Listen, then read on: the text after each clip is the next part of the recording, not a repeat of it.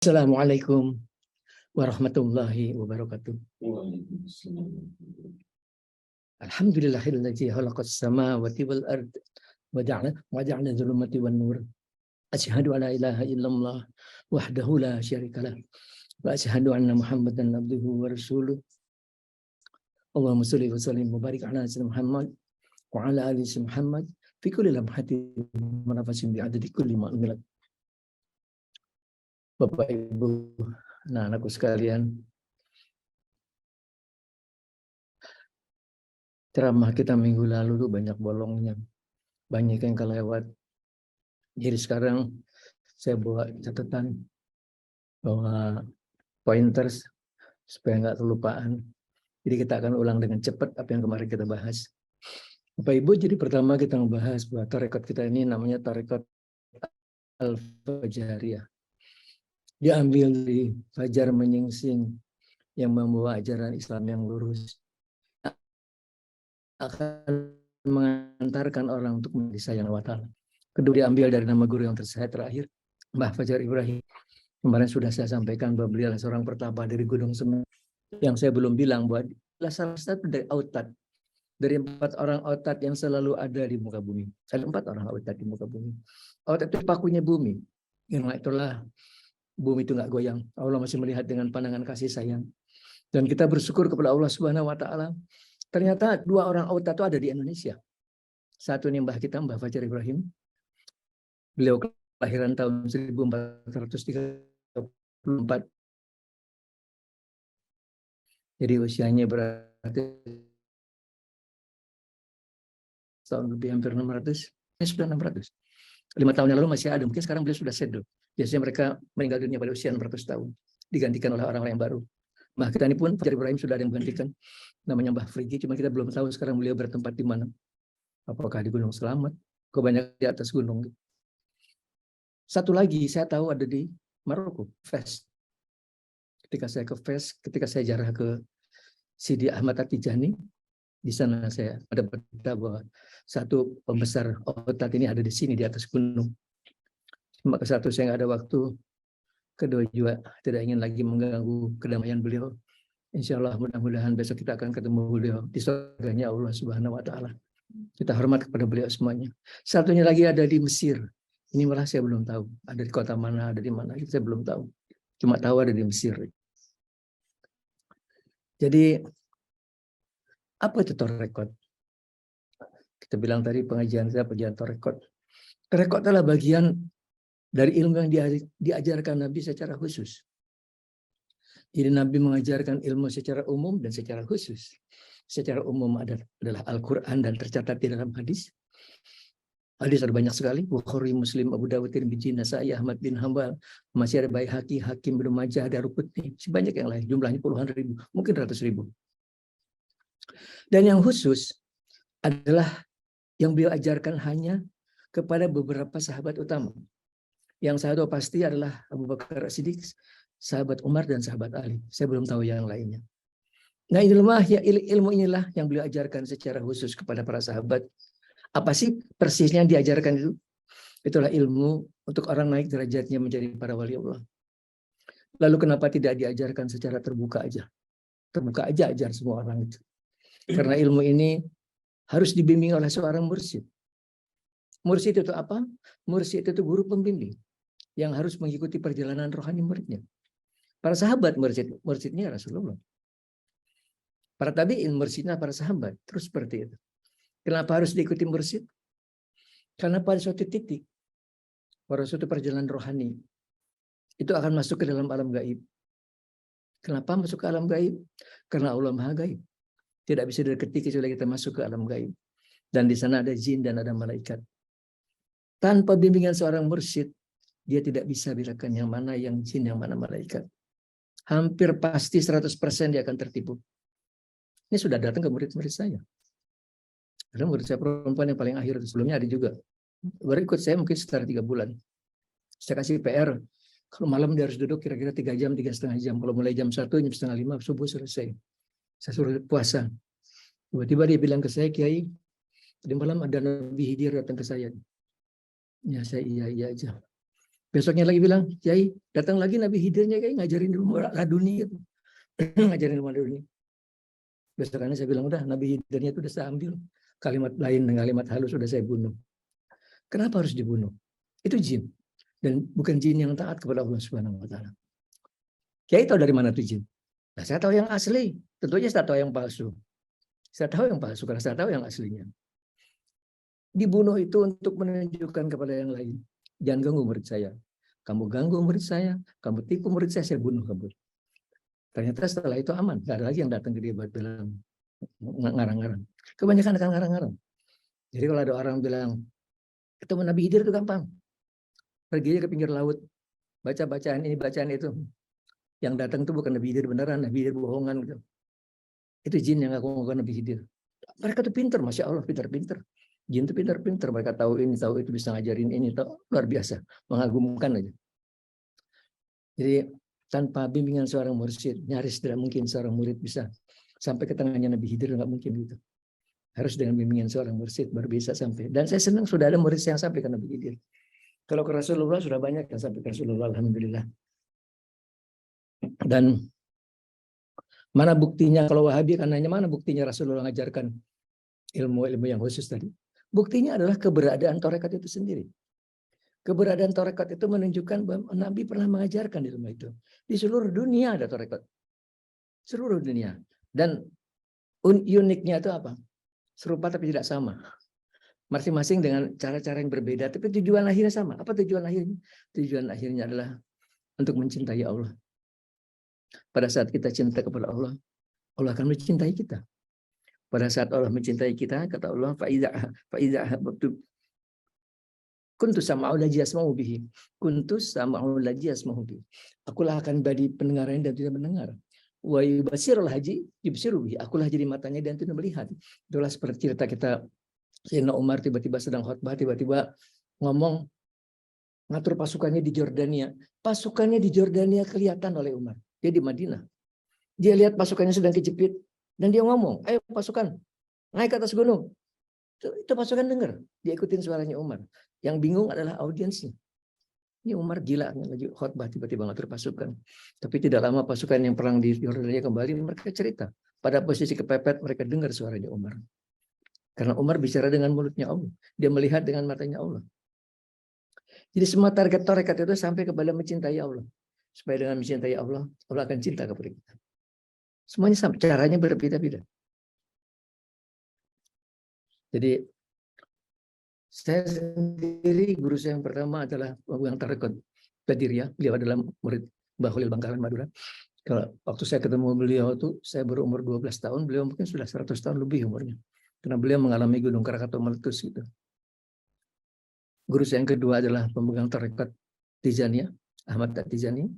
Sedikit-sedikit saya ngerti tarekat tadi. Itulah saya kemudian Allah mengilhamkan kepada saya menyusun sebuah tarekat. Yang menurut saya tarekat ini paling bagus. Ini bukan kecap gitu. Ya, paling bagus karena apa? Karena saya sangat mencintai, menghormati Syekh Abdul Qadir Jailani, memegang tarekat Qadiriyah. Saya menghormati Syekh Ahmad Tijani, tentu saya sangat menghormati guru tarekat saya. Kita cuma kutuk dibandingkan mereka. Cuman saya melihat bahwa di zaman mereka tidak sama dengan zaman sekarang. Zaman dulu kalau guru ngajar, muridnya akan bilang sami'na wa ata'na. Nah, patuh. Guru saya yang pertama aja kalau dikasih bacaan saya nanya, dia marah. Jadi gawean guys nanya. Belum dikerjain udah nanya katanya. Nggak boleh nanya kita. Sementara generasi murid zaman sekarang adalah orang-orang yang pandai. Yang otaknya pintar-pintar, dokter, profesor pintar-pintar. Mereka selalu ingin masalah itu bisa dipecahkan secara common sense. Bisa masuk, harus make sense gitu. Tarekat ini tarekat yang make sense dikerjakannya. Tapi insya Allah akan sampai kepada tujuannya insya Allah. Karena tarekat ini saya membagi ke dalam 3 tahapan. Mula-mula adalah tarekat yang paling rendah, ibaratnya pelajaran SD-nya adalah tarekat ma'rifat. Jadi apa itu tarekat? Tarekat itu pelajaran ma'rifat, pelajaran mengenal Allah. Dan ma'rifat kita dalam tarekat Al-Fajariyah kita bagi ke dalam 3 tingkatan. Pertama adalah ma'rifat bil ilmi, mengenal Allah secara nama dan sifatnya. Besok kita tugas Ustaz Sukri supaya jelasin masalah nama dan sifatnya. Saya udah nggak ini lagi gitu. Ngomongin nama dan sifat. Saya omongin yang penting-pentingnya aja ya. Jadi kalau sifat Allah 20 itu sifat Allah wujud itu ada. Lihat alam semesta menunjukkan keberadaan Allah Subhanahu wa taala. Kidam atau pemula, nggak mungkin ada yang lebih mulia dari Allah Subhanahu wa taala. Baku atau abadi, nggak mungkin Allah itu musnah gitu. Wujud kita yang baku. Muhalafatul hawadisi, dia bukan serupa yang baru. Yang mau binafsihi itu dia berdiri sendirinya, tidak butuh Allah pada pertolongan. Mau bikin dunia dia tolongin itu. Wahdaniyah itu esa, tidak berbilang. Qadrat itu maha kuasa. Inama amruhu idza arada syai'an ayaqula lahu kun fayakun. Kalau ingin sesuatu yang bilang kun, jadilah akan jadi. Iradat itu berkehendak, dengan kehendaknya Allah menciptakan alam semesta. Dengan kehendaknya Allah menciptakan kita manusia dari tiada menjadi ada. Ilmunya meliputi segala sesuatu, ilmunya Allah. Hayat Allah itu maha hidup, Allah memberikan kehidupan. Hidup kita itu hidup yang majaz, hidup bayangan, yang hidup yang betul hidup ya Allah. Allah yang memberikan kehidupan. Yang hidup Al-Hayyu dan Al-Muhyi, dialah juga yang memberikan kehidupan. Apa terusnya Pak Haris? Sama besar kolom qadiran. Sama itu artinya Allah itu mendengar. Allah mendengar itu bukan pakai telinga, Allah mendengar dengan kesempurnaannya. Apa aja Allah dengar. Semut aja nangis Allah dengar. Daun jatuh Allah dengar. Dan Allah melihat bukan pakai mata, Allah melihat dengan kesempurnaannya. Apa aja terlihat oleh Allah Subhanahu wa taala. Kalam itu Allah berkata-kata, Al-Qur'an itulah kalamnya Allah. Qadirun muridun itu pengulangan kembali. Sifat 20 Allah yang paling penting. Kemudian nama-nama Allah yang paling penting, awal itu Ar-Rahman Ar-Rahim, itulah sentralnya Al-Qur'an. Karena Al-Qur'an di pers yang keluar adalah suratul Fatihah. Makanya Fatihah 2/3 Al-Qur'an. 2/3 Al-Qur'an gitu. Kalau banyak sekali kalau zikirnya para ulama zaman dulu tuh mereka baca Fatihah 100 kali. Kalau mereka baca Fatihah 100 kali itu berarti seakan mereka menghatamkan Quran berapa kali itu? Hampir 70 kali. 100 kali per 3, hampir 70 kali. Dalam semalam dia bisa menghatamkan 70 kali Al-Qur'an gitu. Kalau bicara soal pahala. Dan kalau diperas lagi Al-Fatihah yang keluarnya lah Ar-Rahman Ar-Rahim. Setelah kita mau tidur kita suruh basmalah, mau makan, basmalah, mau pergi kerja, basmalah, mau ngeluarin istri dia suruh basmalah. Dengan nama Allah, Maha Pengasih, Maha Penyayang. Kemudian setelah itu adalah Maha Suci, Maha Kuasa, Maha Agung, Al-Malik, Al-Qudus, Maha Raja, adalah Raja segala Raja, Kudus itu Maha Suci. Coba kita sebut yang sentral aja ya. Maha Suci, Maha Kuasa, Maha Agung. Ini 3 sifat yang Allah paling senang kalau disebut. Kalau kita berdoa sujud, keluarnya asma'nya kita sebut. Ya Allah Maha Suci, Maha Kuasa, Maha Agung. Ini tiga asma Allah paling senang saya disebutkan. Maha Suci, Maha Kuasa, kekuasaannya tidak terbatas, tidak terbilang, dan agung keagungannya tidak tersaingi oleh apapun juga. Setelah itu dia Maha Pengasih, Maha Penyayang, Maha Suci, Maha Kuasa, Maha Agung, Maha Gagah Perkasa. Dia Maha Tahu. Walaqad khalaqnal insana wa na'lamu ma tuwaswisu bihi nafsu. Kamilah menciptakan manusia dan kami tahu apa yang tersirat di dalam hatinya. Bahkan baru tersirat aja Allah tahu. Baru kita melintas di hati kita. Mau makan gado-gado, Allah sudah tahu. Jadi kalau lintasannya yang jelek-jelek tuh, nih Mas Nemodi, Allah tahu apa yang terlintas di hati kita. Dia Maha tahu. Itulah kita selalu menjaga hati kita. Karena dia tahu apa yang sedang dalam lintasan hati kita. Dia Maha, apalagi Haris, dia Maha Latif, dia Maha Lembut. Al-Latiful Khabir. Khabir itu dia tahu segala hal yang pelik-pelik dia Allah tahu.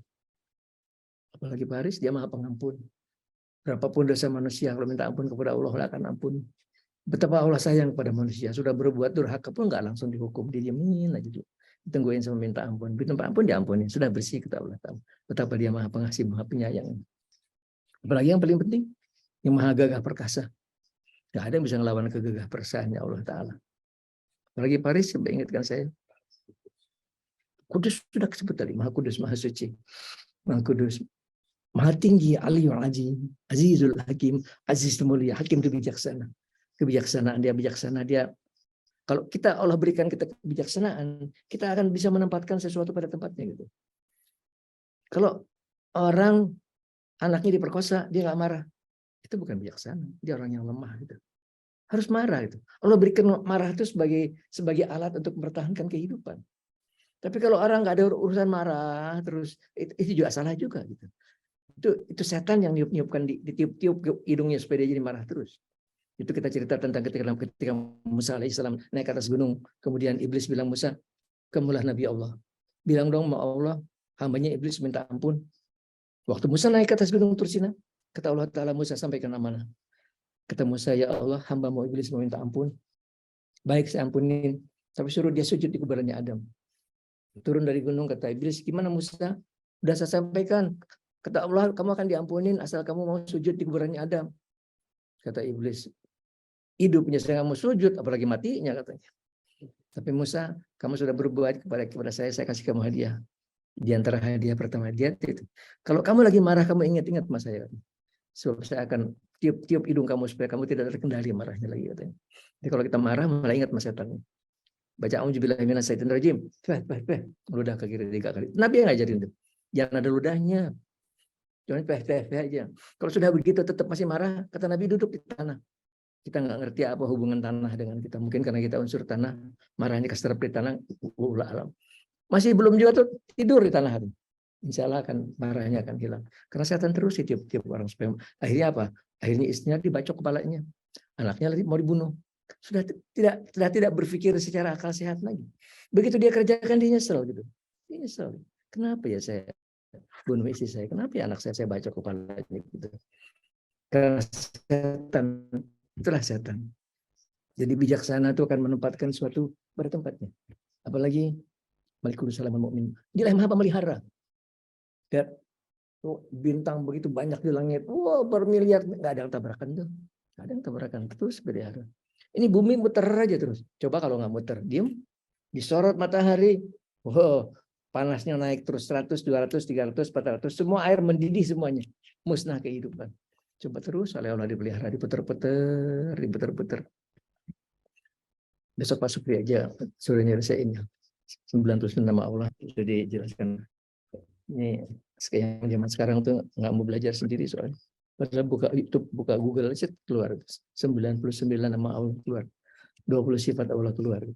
Ayo mau belajar. Karena ini meskipun pelajaran dasar, tapi ini akan bermanfaat untuk pelajaran ma'rifat di atasnya. Ma'rifat di atasnya itu ma'rifat bil akli. Dengan akal kita, dengan tafakur. Masya Allah, ini nilai tinggi sekali. Ini sekali kata Nabi, at-tafakur sa'atan khairum min ibadatis sana. Tafakur sesaat itu lebih hebat dari ibadat setahun. Ibadat setahun bandingannya, bayangkan orang tiap hari hatam Quran, terus atau baca tiap hari ya dibaca Quran terus, cuma dibaca aja, baca terus selama setahun dia baca Quran, dia kalah oleh orang tafakur. Dia tafakurin telur, dia ini telur diaduk-aduk jadi omelet, diremin kok bisa keluar anak ayam ya, ada bulunya, ada patok, dari mana tuh bulunya datang, matanya dari mana matanya datang, dan ada kehidupan. Siapa memberikan kehidupan? Allah. Dialah Al-Muhyi, dialah Al-Hayyu, memberikan kehidupan. Rabbana ma khalaqta hadza batila subhanaka faqina adzabannar. Itu tafakur seperti itu lebih hebat dari ibadah setahun. Jadi kalau sekarang ayo kalau murid-murid saya terus naik derajat ma'rifatnya sampai ke derajat minimal derajat ma'rifat bil akli. Kita melihat apapun kita tafakurin gitu. Yang paling ajaib menafakuri kan menafakuri manusia. Coba tafakurin diri kita sendiri. Punya mata dua segede gini kok bisa ngelihat pandangan matanya kemana-mana gitu, luar biasa. Punya kuping bisa mendengar. Coba lihat susunan tubuhnya. Kalau dokter dia akan kagum. Lihat ada ginjal buat nyuci darah, ada jantung, ada paru-paru buat pompa darah. Waalaikumsalam warahmatullahi, silakan Ustaz. Ada fungsi tubuh itu luar biasa. Tangan aja coba bisa dipakai ngepel buat ngatot, bisa dipakai buat minta, bisa dipakai buat ngegaruk. Bagaimana Allah menjadikan begitu sempurnanya kejadian kita. Kalau mau kita tafakurin itu luar biasa nilainya, tinggi sekali nilai tafakur. Nilai tafakur. Ayo berlatih untuk tafakur. Coba lihat apa aja kita lihat. Kita lihat kemarin kita lihat ada mobil bisa terbang. Kita lihat, hebat sekali. Itu orang-orang hebat banget gitu, pinter banget otaknya. Itu orang yang pinter banget itu bikinnya Allah. Ilmunya itu ilmunya Allah. Allah berikan kepada dia. Allah lah yang maha berilmu. Sudah kita bahas tadi. Allah yang punya pengetahuan diberikan kepada orang tadi. Di balik itu kan tangan-tangan Allah. La tatarukhu zarutun illa biiznillah. Tidak sebutir debu melayang di angkasa raya kecuali dengan izin Allah Subhanahu wa taala. Jadi selalu kita lihat di balik itulah tangan-tangan Allah, kita akan memuji Allah. Rabbana ma khalaqta hadza batila subhanaka faqina adzabannar. Selalu terlatih kita untuk tafakur, diam-diam kita tafakur atau kita berzikir kepada Allah Subhanahu wa taala. Itulah tingkat marifat kelas menengah.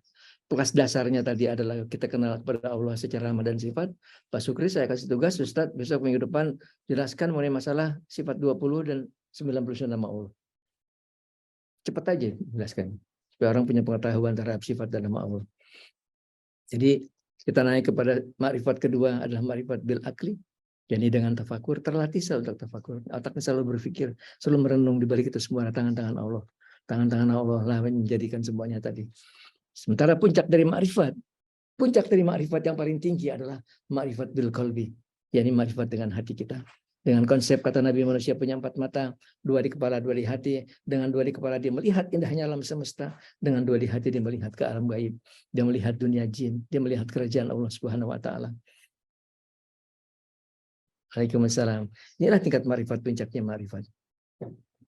Nah, saya bilang tarekat kita tadi tekad mungkin yang paling bagus itu karena dia akan sesuai dengan zamannya. Di mana murid-murid saya orang-orang pintar, mereka bisa melihat bahwa semuanya harus make sense. Jadi saya bagi dalam tingkatan Allah memberikan supaya ilham seperti itu. Kesatu adalah mendekat kepada Allah, kedua mendekat kepada Rasulullah. Ini boleh dibolak-balik, mau dekat ke Rasulullah dulu juga oke. Tapi yang ketiga ini adalah membuka pintu langit. Ini kita nggak bahas di dalam YouTube.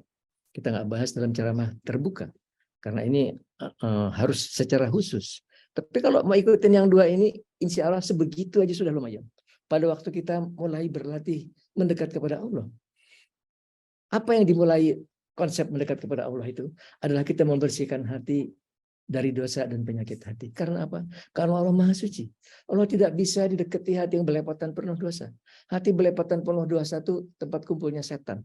Setan yang kumpul yang ngajak terus pada perbuatan dosa terus. Jadi yang paling pertama dilakukan apa? Ayo berhenti dong melakukan dosa. Kalian yang sedang asik-asik sedang berbuat zina, ayo berhenti. Ayo berhenti dari berbuat zina gitu.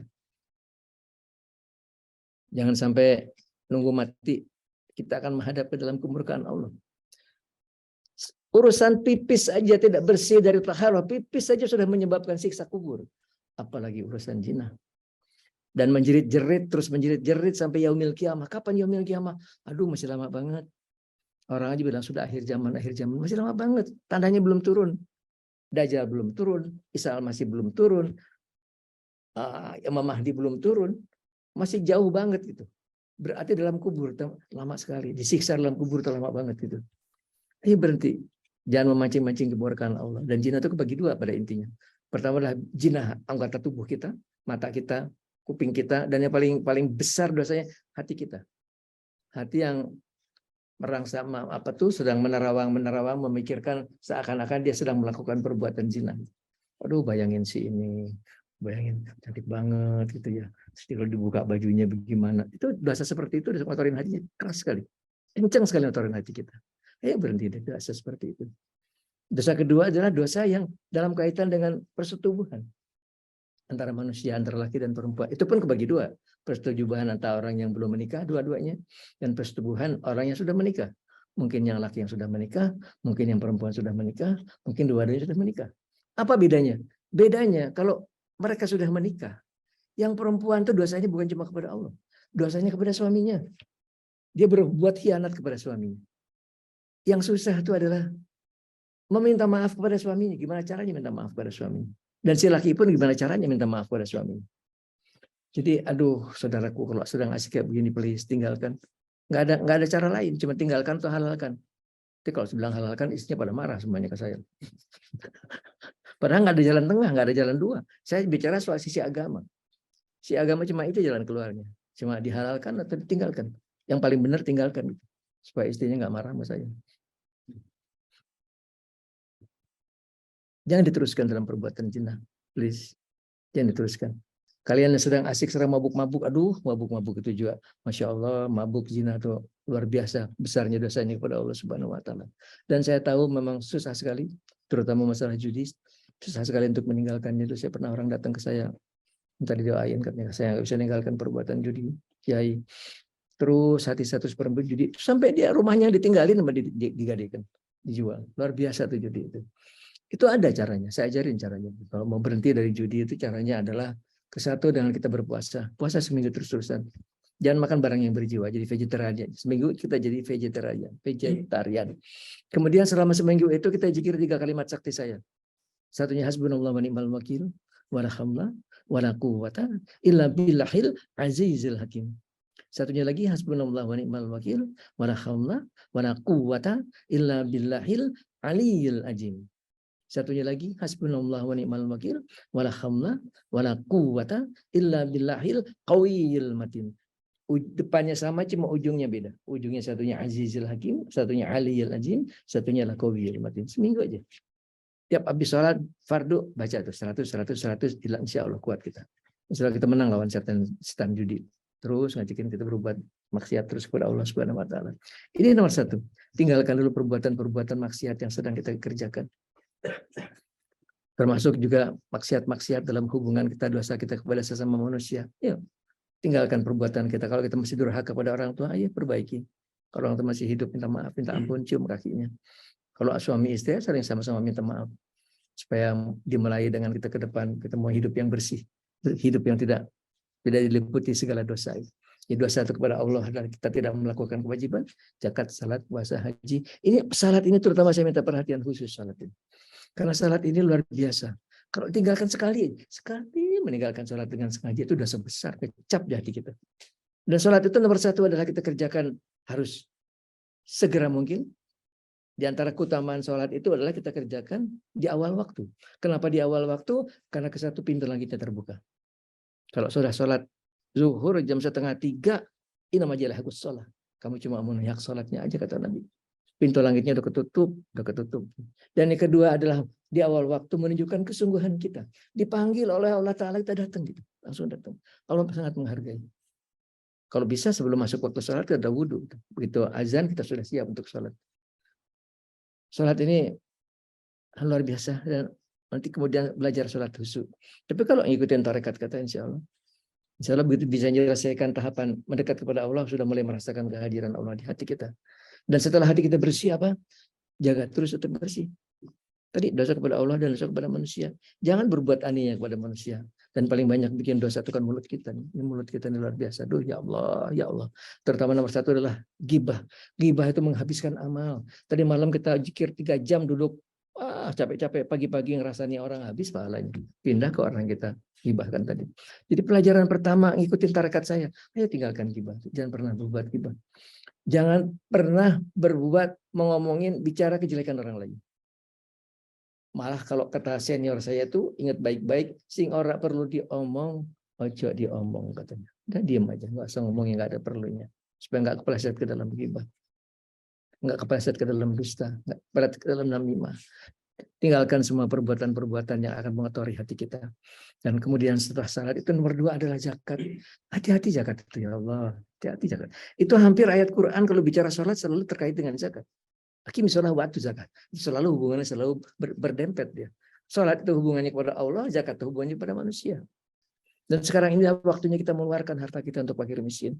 Kalau Anda punya kewajiban zakat cuma 1 miliar misalnya, keluarkan lebih. Yang 1 miliar lagi, 2 miliar, 1 miliar lagi adalah bagian dari sedekah kita. Dan Allah sangat menghargai. Allah sangat menghargai sedekah. Sedekah itu menghapuskan bala, 70 bala hilang dengan sedekah. Sedekah itu menghapuskan dosa. Hapus dosa orang sedekah itu. Sedekah itu mengangkat derajat. Biasakan setiap hari kita harus selalu sedekah. Berikan fakir-fakir miskin di pinggir jalan berapa aja semampu kita, sebisa kita. Kalau kita bisa beli mobil berarti kita bisa sedekah. Berapa aja semampu kita itu. Sisihkan buat mereka. Itu luar biasa. Itu mengangkat derajat kita. Ya sekarang di zaman seperti ini, di zaman orang sudah makin banyak yang miskin. Inilah ibadah yang paling utama kita kerjakan. Gimana ayatnya Pak Suri? Robbi laula akhartani ila ajalin qarib fa asadukum minas salihin. Itu adalah cerita ahli kubur yang sudah dikubur yang minta dihidupkan lagi ke dunia. Dia bukan bilang mau haji, mau umroh, dia bukan haji, mau umroh, dia bilang saya mau sedekah. Karena sedekah itulah menunjukkan sedekah luar biasa nilainya. Kenapa? Salat buat kita sendiri, haji buat sendiri, puasa buat kita sendiri, cuma sedekah yang ada orang lain menikmati ibadah kita. Jadi kalau kita bicara bersihkan hati dari dosa, membahasnya panjang. Seluruh dosa kepada Allah dan dosa kepada manusia, ayo minta ampun kepada Allah. Dan jangan berbuat dosa lagi. Gimana caranya kita tidak berbuat dosa? Pertama kita tahu hal-hal yang akan menjadikan dosa. Kita harus tahu. Tadi sudah kita bahas sebagiannya tadi. Dan kedua adalah tidak ada jalan kita kuat untuk tidak berbuat dosa kecuali dengan puasa dan zikir. Saya selalu bilang orang tuh nggak mungkin bisa mendekat kepada Allah tanpa puasa, tuh nggak mungkin gitu. Mustahil lagi. Karena puasa itu ada rem yang paling pakem untuk dia mengendalikan nafsu. Karena nafsu itulah selalu mengajak kita berbuat durhaka kepada Allah Subhanahu wa taala. Nabi baru perang Badar, kalimat beliau roja'na minal jahil asghar ila jahil akbar. Kita baru selesai dari jihad kecil menuju jihad besar. Jihad besar apa ya Rasulullah? Jihad melawan nafsu kata Rasulullah. Nggak pernah seumur hidup kita selalu kita berjuang melawan nafsu kita. Yang dengan puasa. Iya, sekuat-kuat kita puasa. Minimum seminggu 3 kali. Kalau murid saya seminggu 3 kali harus. Senin, Kamis, Jumat. Enggak Senin, Kamis, Jumat. Oke, Selasa, Rabu, Sabtu juga oke kok. Bukan soal harinya kok. Meskipun hari itu kenapa sih orang puasanya Senin, Kamis? Kata Nabi karena amal anak Adam disampaikan kepada Allah setiap Senin dan Kamis. Dan saya menyukai ketika itu saya sedang puasa. Tapi kita nggak bicara soal pahala. Kita bicara soal puasa itu kan ngerem nafsu kita. Nafsu yang sangat pakem sekali buat ngerem pakem. Kemudian dibarengi dengan zikir kita. Subhanallah wa ni'mal wakil. Kita nyerah kepada Allah. Ya Allah, sesungguhnya hamba ini nggak akan kuat ya Allah kecuali Engkau berikan saya kekuatan. Bika ya Allah, saya nggak akan kuat kecuali Engkau berikan saya kekuatan. Kuat bukan karena kita kuat kok. Kuat karena Allah memberikan kita kekuatan. Kalau kita gantung kepada Allah, berikan saya kekuatan Allah memberikan kekuatan. Ini harus dijaga terus. Karena itu bagian dari zikir mendekat kepada Allah dimulainya dengan istighfar, dengan 2 istighfar. Astagfirullahaladzim, la ilaha illallah wal hayyul qayyum. Ini istighfar hebat banget itu. Dibaca 3 kali naik ke tempat tidur, Allah akan mengampuni dosanya meskipun sebanyak buih di lautan kata Rasulullah. Kita baca 100 kali dia akan jadi mesin cuci yang dahsyat sekali. Satunya lagi, ya hayyu ya qayyum la ilaha illa anta subhanaka inni kuntu minadz zalimin. Ini juga dahsyat sekali untuk menghapuskan dosa kita khususnya kepada manusia. Kalau kita baca terus 100 setiap hari, insya Allah hati kita bersih. Kita puasa, kita zikir, insya Allah hati kan terus bersih. Dan itu kan memancar, di cahaya wajahnya kan mulai memancar. Pada saat hati kita bersih, kita mulai dekat kepada Allah. Allah mulai mendekat kepada kita. Sebagaimana kalimat kalau kita mendekat kepada Allah sejengkal, Allah mendekat kepada kita sehasta. Kita mendekat kepada Allah sejengkal, Allah mendekat kepada kita. Kita akan rasakan kedekatan kita kepada Allah. Allah dekat sekali kepada kita. Dan tidak ada kalimat gimana Kiai rasanya. Saya nggak bisa jelaskan gitu. Nggak bisa jelaskan gimana rasanya Allah dekat kepada kita. Tapi itulah suatu rasa di mana kalau kita sholat pun kita merasakan Allah begitu dekat sekali kepada kita. Kita sujud, kita nangis dalam sujud kita. Ya Allah, ya Allah. Itu yang kita kejar. Tidak ada jalan salat khusyuk kecuali melalui jalan tarekat seperti ini. Nggak mungkin. Nggak mungkin aja. Ya, orang Wahabi bilang salat khusyuk, nggak ada orang Wahabi bisa salat khusyuk. Mustahil. Dia nggak cinta kepada Allah. Cintanya kepada Al-Quran, bukan kepada Allah Subhanahu wa taala. Cuma kalau orang cinta kepada Allah, baru hati kita akan mendekat kepada Allah. Dan kalau dia kenal kepada Allah, kalau dia ma'rifat kepada Allah, baru dia akan cinta kepada Allah. Itu pelajaran, itu adalah pelajaran ma'rifat. Dan tadi saya bilang, saya merasa apa yang saya ajarkan itu yang paling simpel, yang paling mudah, dan paling bisa dimengerti dan sudah berhasil. Sudah banyak murid-murid saya sudah bisa merasakan. Kok saya sholat sekarang saya nangis, ya, baru saya dengar ajannya saya nangis. Itu menunjukkan kedekatan hati kita pada Allah Subhanahu wa taala. Yang jangan lupa adalah setiap hari kalau merasa jadi murid saya, setiap hari kirimin saya Fatihah 1 kali. Untuk Kiai Muhammad Suharli Al-Fatihah sekali aja. Kalau mungkin tambahkan untuk Mbah Fajar Ibrahim Al-Fatihah. Kalau mungkin tambahkan untuk Nabi Khidir alaihissalam Al-Fatihah. Satu lagi untuk Rasulullah Al-Fatihah. Paling sedikit buat saya. Dan ini apa itu kiriman Fatihah? Itu tawasul, itu menghubungkan rohani. Rohani kita akan terhubung dengan dia tawasul kepada saya. Tapi itu akan terhubung kalau dari si murid tadi ada rasa cinta dan rasa hormat kepada gurunya. Kalau dia nggak cinta, dia nggak hormat, sama gurunya nggak akan nyambung. Meskipun dia kirimin Fatihah 100 kali pun nggak akan nyambung. Ini murid saya yang paling akhir, perempuan. Malam-malam kontak saya Kiai, saya masuk tempat salat, katanya bulu kulit saya merinding semua itu. Saya kok jadi takut masuk ke situ. Kamu kirimin saya Fatihah sekali itu. Belakangan ditelepon saya lagi, ya udah nggak apa-apa sekarang, udah nggak apa-apa lagi. Itu apa? Pada waktu dia kirimin Fatihah, terhubung tali rohani, yang datang tuh ajudan-ajudan saya. Ajudan-ajudan saya akan datang untuk menyelesaikan. Dan dia gagah-gagah itu. Itu kabur semuanya dia datang. Itu adalah jalan untuk menuju tarekat kita. Setiap guru harus menjaga muridnya. Setiap guru, Ustadz Sukri, besok juga harus mampu jaga murid-muridnya dari gangguan setan, dari gangguan jin terutama. Kita nggak akan kalah dari jin, nggak akan kalah. Coba ini buat supaya hatinya besar. Supaya hatinya besar, pengalaman-pengalaman saya sama jin. Terus saya pindah Pondok Indah tuh umur saya baru 40 tahun, kira-kira 35 tahun yang lalu. Itu gara-gara pembantu saya Cempaka Putih, saya tinggal Cempaka Putih, udah betah.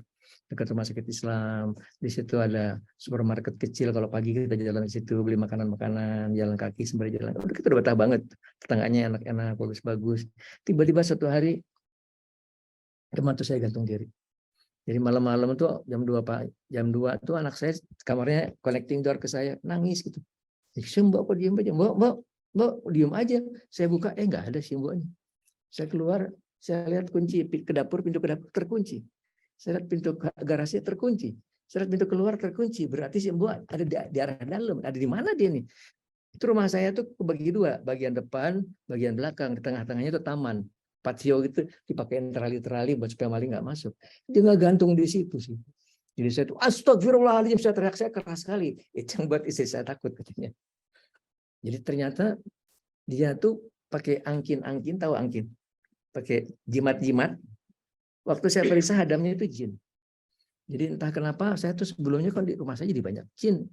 Umur saya baru 40 tahun, saya galak, saya bunuh, tiap kali datang saya bunuh gitu. Kadang-kadang udah mati duluan depan pintu saya. Saya bunuh. Ternyata itu dari angkinnya dia. Jadi karena dibunuh malah mencelakakan dia. Pagi-pagi itu dia di kakinya istri saya, menurut putri saya nggak mencuri kan. Iya nggak, kenapa? Tuh di luar ada polisi menangkap saya kan. Itu saya masih tolol sih, saya masih goblok dulu. Sekarang saya tahu itu jin nakut-nakutin gitu. Jadi takut-takutin mau ditangkap polisi dia. Akhirnya digantung diri. Akhirnya saya tidak berhasil menghibur istri saya. Jangan takut, ada saya. Saya pawangnya jin, dia takut. Orang takut nggak bisa dihibur, Ustaz. Nggak bisa dihibur. Katanya kalau mandi matanya nggak berani tutup. Malam bangun takut. Akhirnya saya keganggu tidur saya. Kalau saya berangkat keluar gitu, dulu saya masih nyetir mobil sendiri. Dia di sebelah dia tidur di mobil aja. Saya kesian, kadang saya muter-muter aja, nungguin supaya dia bisa tidur cukup 2 jam 3 jam baru saya balik pulang ke rumah. Akhirnya saya putuskan saya pindah ke selatan, ke Pondok Indah. Sudah kena angin selatan, betah terus saya di selatan. Jadi bapak-bapak yang tinggal di utara, kenapa betah di selatan? Di sana kan airnya kan nggak bisa diminum kan, airnya kan ada besinya gitu kan. Di selatan airnya bagus. Di luar, saya tinggal di Pondok Indah tuh tahun itu Pondok Indah masih hutan. Di luar rumah saya tuh ada pohon beringin cuma 4 meter 5 meter kan. Malam-malam saya lagi ngeceng-ngeceng baju gini, mungkin jam 1:30 ada jin di situ, dia ngejek saya. Jangan berisik, istri saya dengar dia takut. Dia keras, kurang ajar kamu, saya keluarin pedang, saya sabetin tuh pedangnya. Dia lihat pedang saya, dia lompat, dia lari kena pohonnya. Besok itu pohon layu, Pak. Layu, daunnya rontok semuanya. Saya pikir ini pedang saya ini luar biasa, disebutkan pohonnya kayak begini gitu. Kita nggak akan kalah gitu. Sekali pengalaman saya yang berikutnya adalah gara-gara saya ngobatin orang di santet. Karena santet itu selalu ada jin dan sihir. Kalau sihirnya bacakan itu yang tiap hari saya wariskan. Itu dari Rasulullah, bukan dari saya. Itu kalau dibacakan tiupan, wah di air sihirnya hilang, luntur. Hari itu kita bacakan, hari itu dia sembuh. Tapi di situ selalu ada jinnya. Dan seringkali oleh si jin diulang lagi. Karena si jin itu pintar bikin sihir. Kadang-kadang bikin sihir itu si jinnya nggak ada dukunnya gitu. Dukunnya cuma jadi perantara aja. Jadi kalau jinnya nggak dibunuh, ya akan begitu terus gitu. Kita harus bunuh jinnya. Terkait saya ngobatin orang di santet, di sihir, saya bunuh jinnya. Jinnya cuma kelas, paling cuma letnan aja gitu. Saya bunuh dia mati. Tapi tanpa hati-hati, jangan sombong gitu. Dia potensial bisa membunuh. Sekarang ada orang tanya saya, Kiai, kenapa kalau orang-orang asing tuh di rumah angker pun nggak pernah diganggu jin? Ini pertanyaan bagus nih. Kenapa nggak pernah diganggu jin? Nggak pernah dibilang tadi malam saya ada istiqah gitu. Karena mereka nggak percaya. Mereka nggak percaya sama jin, nggak takut, nggak ada pintunya. Pintu masuknya jin itu takut. Kalau dia takut, kita takut, nah malah dia datang gangguin. Malah terus begini. Kalau kita berani malah enggak. Kecuali kalau jinnya jin yang kelas tinggi gitu ya. Kalau jin kelas tinggi sih dia bisa bunuh.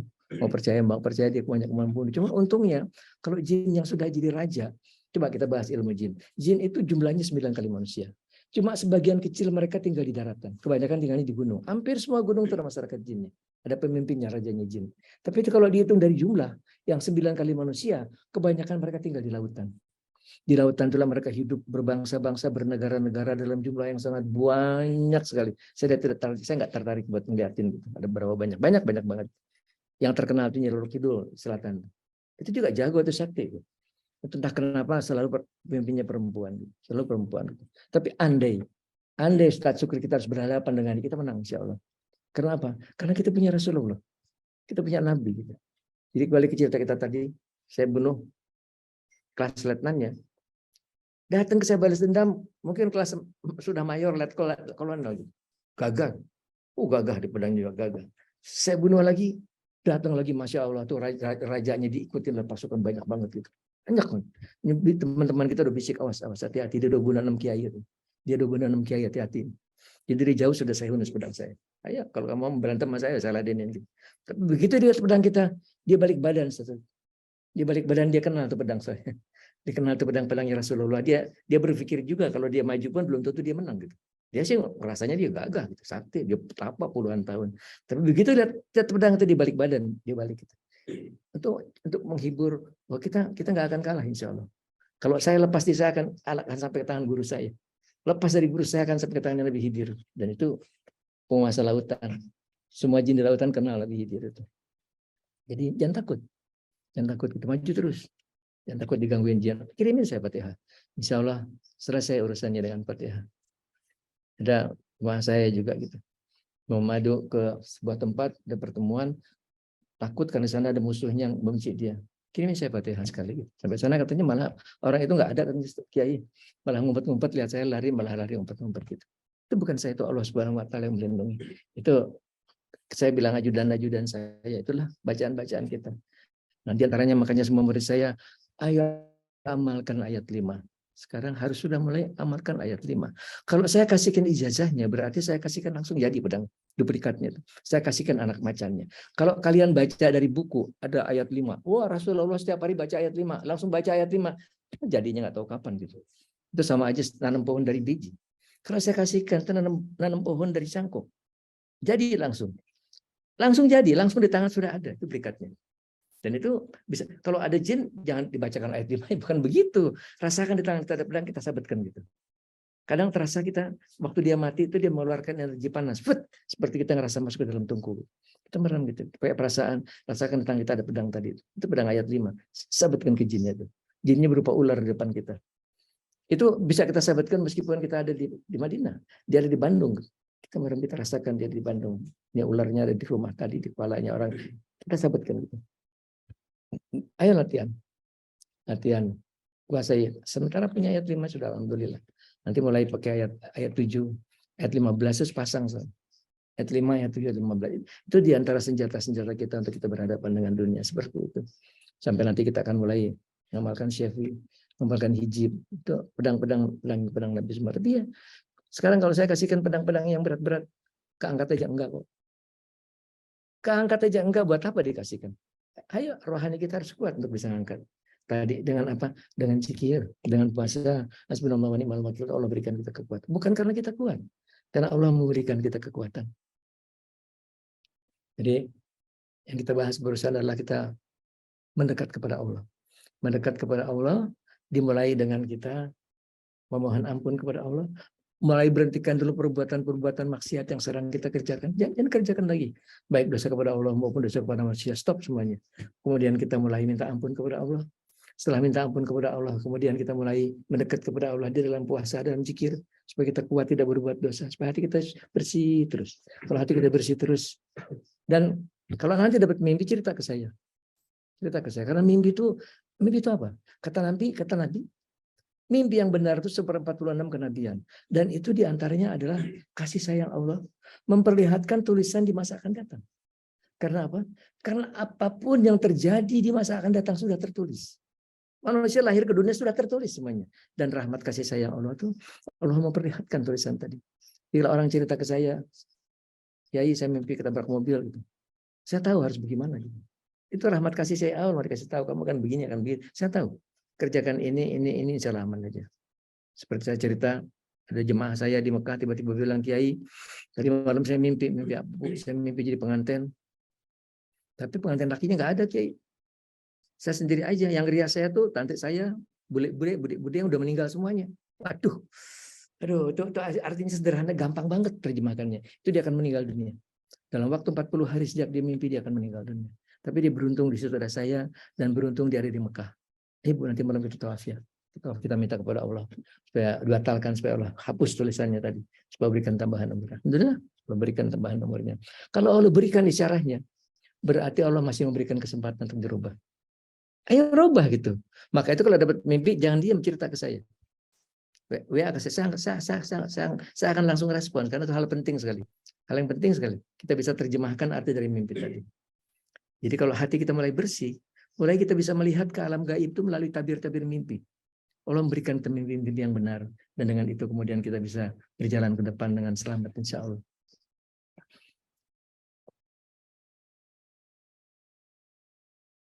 Jadi itu terakhir yang saya ingin sampaikan. Setelah kita bersih hati, jaga tetap bersih. Kemudian zikir mendekat kepada Allah di dalam asma Allah Al-Latif. Ya Latif, Ya Latif, Ya Latif, Ya Latif, Ya Latif. 16.641. Itu angka dari 129 kali 129. 129 itu kayak seperti valensi kimia gitu. Kalau H2O, H1, O-nya 2 gitu. Ini nafsunya Al-Latif itu 129. Dikalikan 129, 16.641. Aduh, berat banget Kiai, 16.000 banyak banget. Jadi sekuatnya aja. Kalau 6.000 saya kuat kayak 6.000 aja. Cuman jadinya lebih lama gitu aja. Kalau orang selesai 70 hari, mungkin kita butuh 3 bulan baru selesai. Apa-apa, nyampe juga kok. Sekuatnya. Tapi jangan suruh 16.000 cuma 1.000 gitu. Duh, nyampainya kapan gitu. Ayo 16.000 paling nggak separuhnya, sepertiganya. Mendekat dengan insya Allah. Luar biasa. Asmaul Al-Latif di antara asmaul yang gilang gemilang. Asmaul yang gilang gemilang. Al-Latif, Al-Qadir, nama Allah yang luar biasa. Gilang gemilang untuk meruntuhkan. Karena apa? Setelah kita selesai membersihkan hati dari dosa, kita harus membersihkan hati dari penyakit hati. Apa yang paling banter? Takabur, ujub, riya, sum'ah. Takabur itu Masya Allah. Allah tidak suka, manusia juga tidak suka. Manusia pun benci orang takabur. Kita buang takabur. Saya bilang banyak sekali generasi adik-adik saya pewaris pondok pesantren besar yang dulu kakek-kakeknya para wali. Sekarang mereka tidak bisa nyebrang karena diantaranya keakuannya masih tinggi banget. Gitu. Lihat orang lain terkecil, kan gua kan ada apal kitab segala macam bacaan gua kan sebagai kitab lah, kitab apa yang dibaca. Seperti itu sudah jauh banget itu bisa nyebrang ke atas, jauh sekali. Jauh sekali sebelum kita bisa tawadu, sebelum kita bisa merendah gitu. Bahwa semua terserah Allah Subhanahu wa taala. Kalau Allah memberikan, ya Allah beri. Nyampe kepada Allah itu bukan karena amal kita kok, itu karena rahmat dan kasih sayang Allah Subhanahu wa taala. Karena hati yang lembut, hati yang sabar gitu. Nah, di antara hebatnya Asmaul Al-Latif itu dia merubuhkan tabir-tabir kita di antara Allah dan kita. Satu-satu tabir-tabir itu di situ ada hasud, ada dengki. Kita harus tahu kita nggak boleh dengki. Tapi di antaranya Asmaul Al-Latif itu meruntuhkan tabir-tabir tadi. Yang nggak bisa runtuh itu yang paling depan Ustaz, yang paling depan. Takabur itu nggak bisa runtuh dengan bacaan. Dengan zikir apapun nggak runtuh, harus dengan kesadaran gitu. Saya nggak boleh takabur. Takabur bukan saya punya Allah Subhanahu wa taala. Saya harus rendah hati, harus sadar bahwa kalau saya seperti ini semua pemberian Allah. Enggak ada enggak pemberian Allah. Punya rupa bagus Allah yang beri, punya otak pintar Allah yang beri, punya harta banyak bukan kita punya Allah Subhanahu wa taala. Kalau sudah seperti itu niscaya kita akan rendah hati. Niscaya kita akan rendah hati gitu. Niscaya kita akan merasakan bahwa enggak ada yang patut kita banggakan, enggak ada yang patut kita sombongkan. Ya, seperti senior saya itu yang tidak pernah orang tahu bahwa beliau itu dari keturunan Nabi, anak cucu Nabi, dari keluarga Al-Habsyi. Nggak pernah dia pakai. Dia cuma Hasan Askari gitu aja. Paling tinggi Kiai Mangli itu aja. Nggak pernah dia Hasan Askari Al-Habsyi. Nggak pernah itu. Begitu tawaduknya. Gitu. Saya tahu pun karena saya dibawa jarah ke bapaknya. Aku tak jarah ke bapakku yang haji, Gimba. Di Tiongkok saya perhatikan ini saya itu Habib Muhammad Saleh Al-Habsyi. Setelah saya jarah, ini kubur makam ayah Mbah, enggak. Mbah keluarga Al-Habsyi, enggak. Enggak pernah dipakai Mbah, boten. Itu luar biasa. Itu diantaranya yang ngajar kita. Saya tidak pernah, beliau ngajar saya enggak pernah. Beliau sungkan guru saya nomor 2. Beliau sungkan gitu karena kalah jumlah bintang di pundaknya gitu. Ya, kalau mereka itu saling menghormati gitu. Dan saya masih muda ini orang tua, sangat hormat sekali ke guru saya. Tapi saya belajar bagaimana menjalani kehidupan, bagaimana dia tawadu sekali, bagaimana dia rendah hati. Itu yang ngajar saya. Kalau puasa kan kita harus menyembunyikan puasa kita. Kita belajar kalau puasa menyembunyikan puasa kita, jangan bikin pengumuman gitu. Tuh lemes nih gue lagi puasa, udah gak dapat apa-apa, sudah gak dapat apa lagi. Sedapat mungkin sembunyikan puasa kita. Jadi saya nanya, Mbah, nih puasa subuh minum gue apa Mbah? Tempelkan aja gelasnya ke bibir aja. Nanti keminum Mbah. Apa-apa sedikit. Nggak batal Mbah? Nggak batal. Nggak batal katanya. Disuguhi kue aja sedikit aja. Nggak batal Mbah? Nggak batal.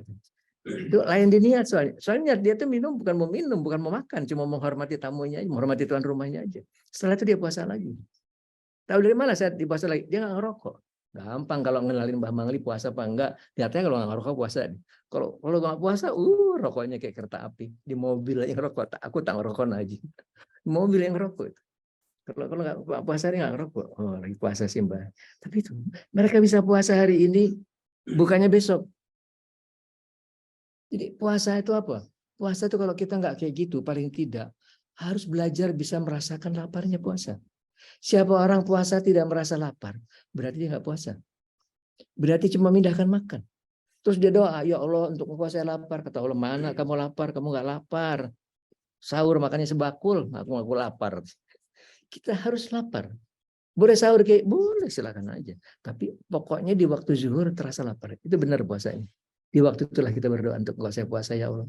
Untuk engkau saya lapar ya Allah. Kabulkan keinginan saya. Itulah maksud sabda Nabi. Allah mengabulkan doanya orang yang sedang puasa. Yakni yang merasakan laparnya puasa. Makanya selalu saya cerewet terus. Cerewetin semuanya. Ya puasa. Kalau puasa kita tuh. Kalau Pak Sukri harus puasa vegetarian. Saya lama Pak Sukri ngajarin vegetarian. Sebelum saya kawin saya vegetarian. Begitu kawin saya kasihan gitu mesti saya makan restoran kasihan, makan sate ya akhirnya saya makan. Tapi ternyata tuh bukan tanpa maksud vegetarian, karena itu mengurangi nafsu kita vegetarian, dan juga badan kita juga nggak keimbang gitu, nggak terlalu gemuk gitu, jangan terlalu gemuk. Harus berat tinggi kita berapa? Kurang 100. Kalau buat dia kurang 110. Langsing gini. Ternyata ada hubungan yang sangat kuat sekali di antara hal seperti itu. Baik kalau guru saya nomor 1 itu ekstrim banget. Jangan percaya sama orang yang gendut katanya. Ekstrim banget nih. Jangan percaya katanya. Saya sih diem aja. Enggak juga lah. Enggak juga lah. Cuman mereka saking ininya gitu, saking mereka menjaga dirinya.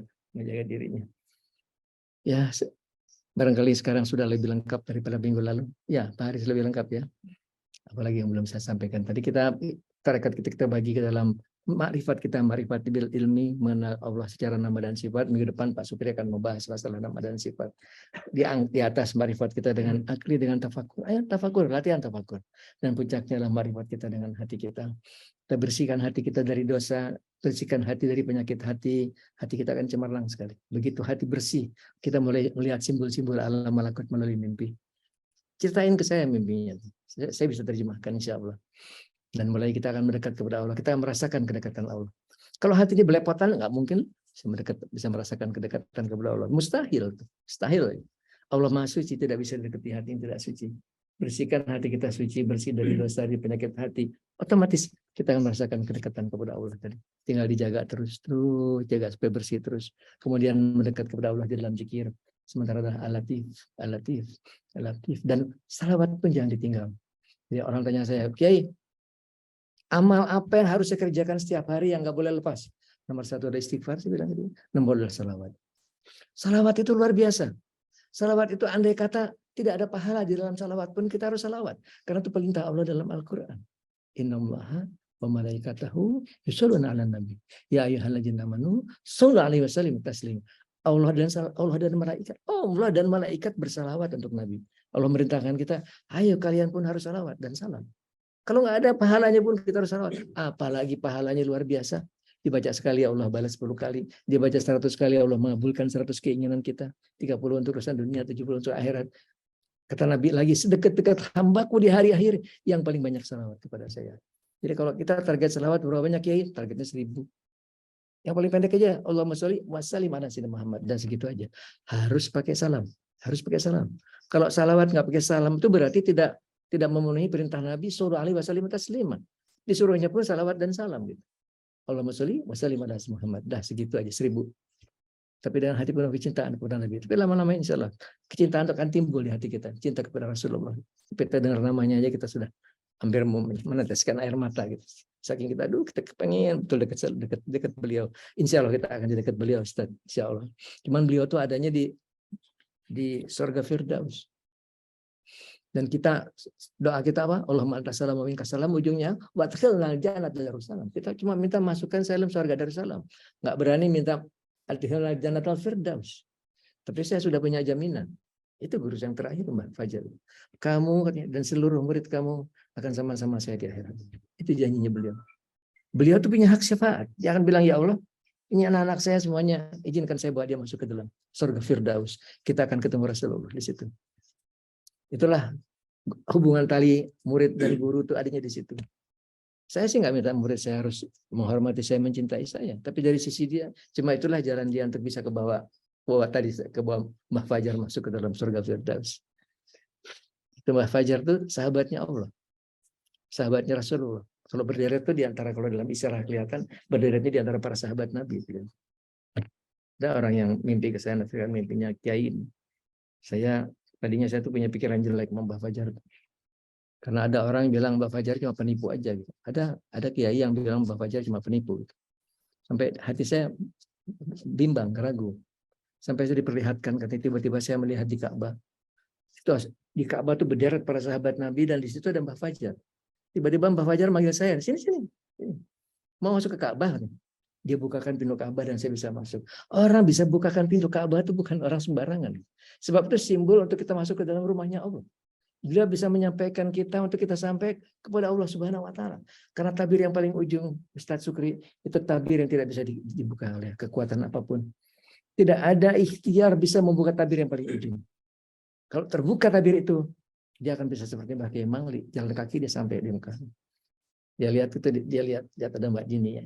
Mbak Dini mau apa ya, dia tahu.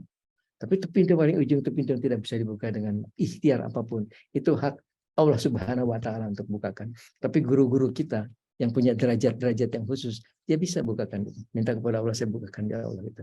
Makanya itulah beruntungnya kita kalau kita punya guru-guru yang bagus. Itu apa? Ya, rezeki kita alhamdulillah, tinggal kita jaga. Saya selalu jaga hubungan saya. Kali saya perlukan, ayo dong, kalian sekali-kali ikut saya kerjaan. Baiklah, sudah jam 5:04, Pak Sukri nggak kebagian. Kalau nggak kebagian, Pak Sukri sedikit aja. Nanti minggu depan aja. Sekarang kita doa. Doa tuh, saya tuh suka kalau kita doanya kepanjangan, ada yang bilang panjang banget Kiai.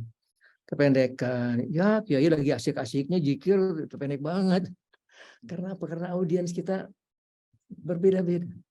Tingkat pemahaman mereka, tingkat kecintaan mereka kepada Allah, tingkat kesenangan mereka beribadah berbeda-beda. Jadi kalau saya sebagai guru, saya harus cari jalan tengah. Di mana sih batasnya itu yang satu bilang masih nggak terlalu pendek, tapi nggak terlalu panjang juga.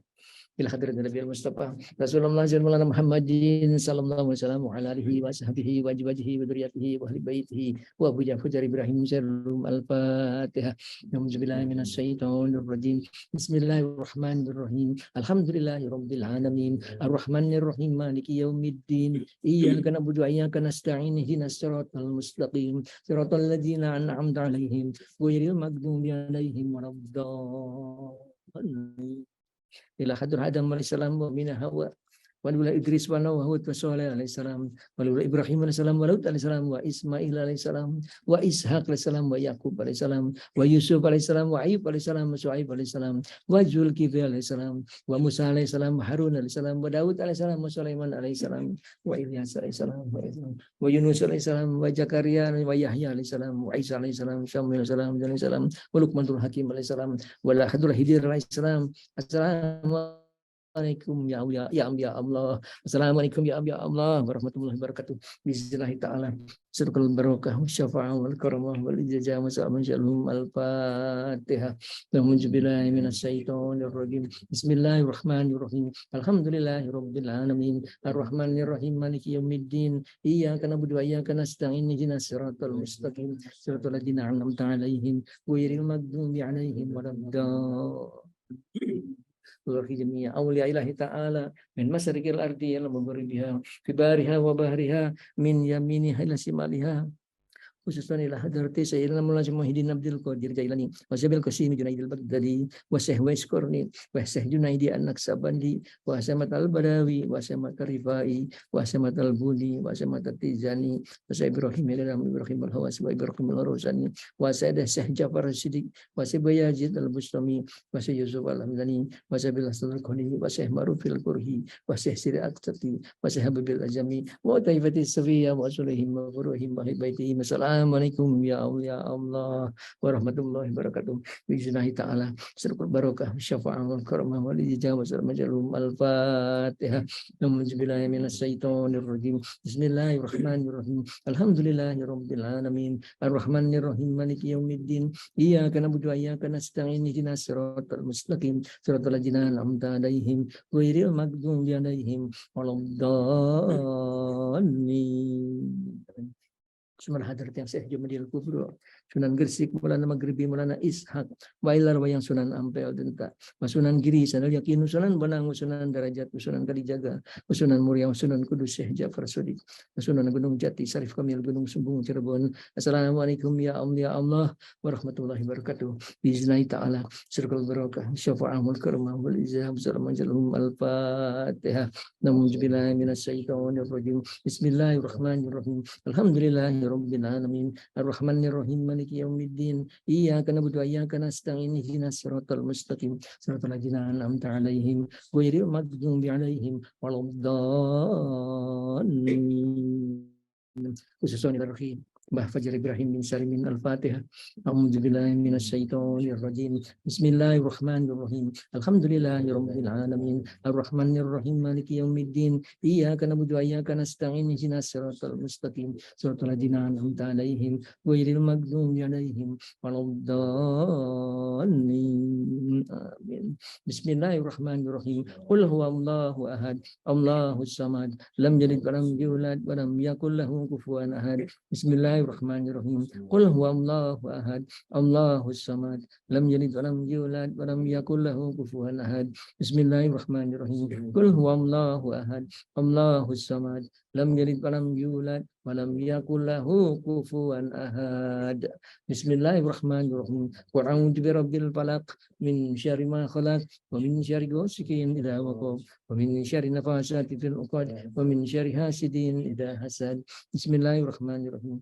Qul a'udzu birabbil falaq min syarri ma khalaq wa min syarri ghasiqin idza waqab wa min syarri nafasati fil 'uqad wa min syarri hasidin idza hasad. Bismillahirrahmanirrahim. Qul a'udzu birabbil falaq min syarri ma khalaq wa min syarri ghasiqin idza waqab wa min syarri nafasati fil 'uqad wa min syarri hasidin idza hasad. Bismillahirrahmanirrahim. Qul a'udzu birabbin nas malikin nas ilahin nas min syarril waswasil khannas allazi yuwaswisu fi sudurin nas minal jinnati wan nas. Bismillahirrahmanirrahim. Qul a'udzu birabbin nas malikin nas ilahin nas min syarril waswasil khannas allazi yuwaswisu fi sudurin nas minal jinnati wan nas. Bismillahirrahmanirrahim. Qul a'udzu birabbin nas malikin nas ilahin nas min syarril waswasil khannas allazi yuwaswisu fi sudurin nas minal jinnati wan nas. Ya Rabbi marana subhanaka subhanallah subhanallah subhanallah subhanallah Subhanallah, subhanallah, subhanallah, subhanallah, subhanallah, subhanallah, subhanallah, subhanallah, bihamdihi walhamdulillah, alhamdulillah, alhamdulillah, alhamdulillah, alhamdulillah, alhamdulillah, alhamdulillah, alhamdulillah, alhamdulillah, alhamdulillah, alhamdulillah, alhamdulillah, alhamdulillah. Alhamdulillah, alhamdulillah, alhamdulillah, alhamdulillah, alhamdulillah, alhamdulillah, alhamdulillah, alhamdulillah, alhamdulillah rabbil alamin ala kulli halin wa nikmatin wa Allahu akbar, Allahu akbar, Allahu akbar, Allahu akbar, Allahu akbar, Allahu akbar, Allahu akbar, Allahu akbar, Allahu akbar, Allahu akbar, Allahu akbar, Allahu akbar, Allahu akbar, Allahu akbar, Allahu akbar, Allahu akbar kabira walhamdulillahi katsiran wa subhanallahi bukratan wa asila. La ilaha illallah wahdahu la syarikalah lahul mulku wa lahul hamdu yuhyi wa yumiitu wa huwa ala kulli syai'in qadir. La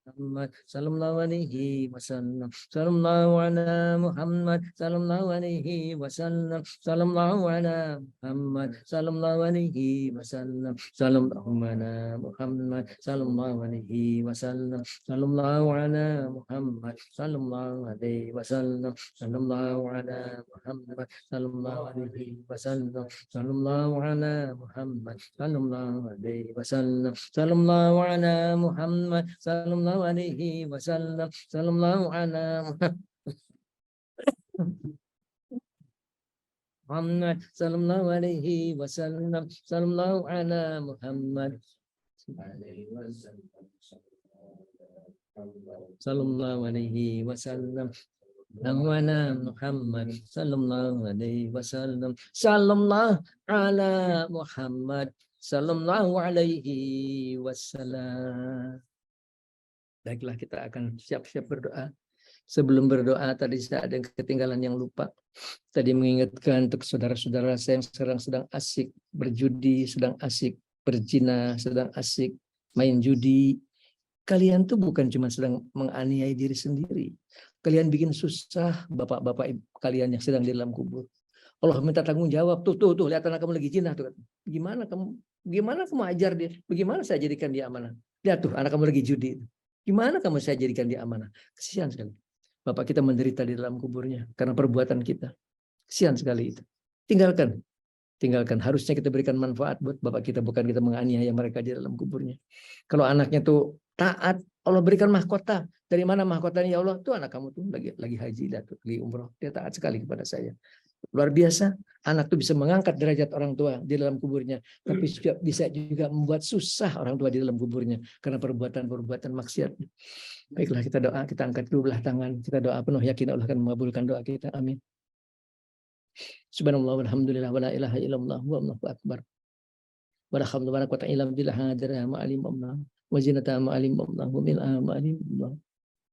Allahumma shalli wa sallim wa barik ala Muhammadin wa ala alihi wa sahbihi wala jamil ambil mursalin fi kulli lamhatin wa nafasin bi'adri kulli ma'amila ilahana ya Allah. Berkumpul bersimpul kami di hadapan-Mu. Kami hamba-hamba-Mu yang berdosa selalu mengharapkan rahmat dan kasih sayang-Mu. Limpahkanlah rahmat dan kasih sayang. Limpahkan rahmat, taufik, hidayah, inayah, magfirah-Mu. Ilahana ya Allah. Terimalah pujaran puji kami. Syukur terima kasih kami atas segala nikmat karunia yang telah Engkau limpahkan kepada kami. Nikmat iman, nikmat Islam, nikmat sehat, nikmat umur, dan nikmat lainnya begitu banyak tidak sanggup kami hitung satu persatu. Terima kasih ya Allah.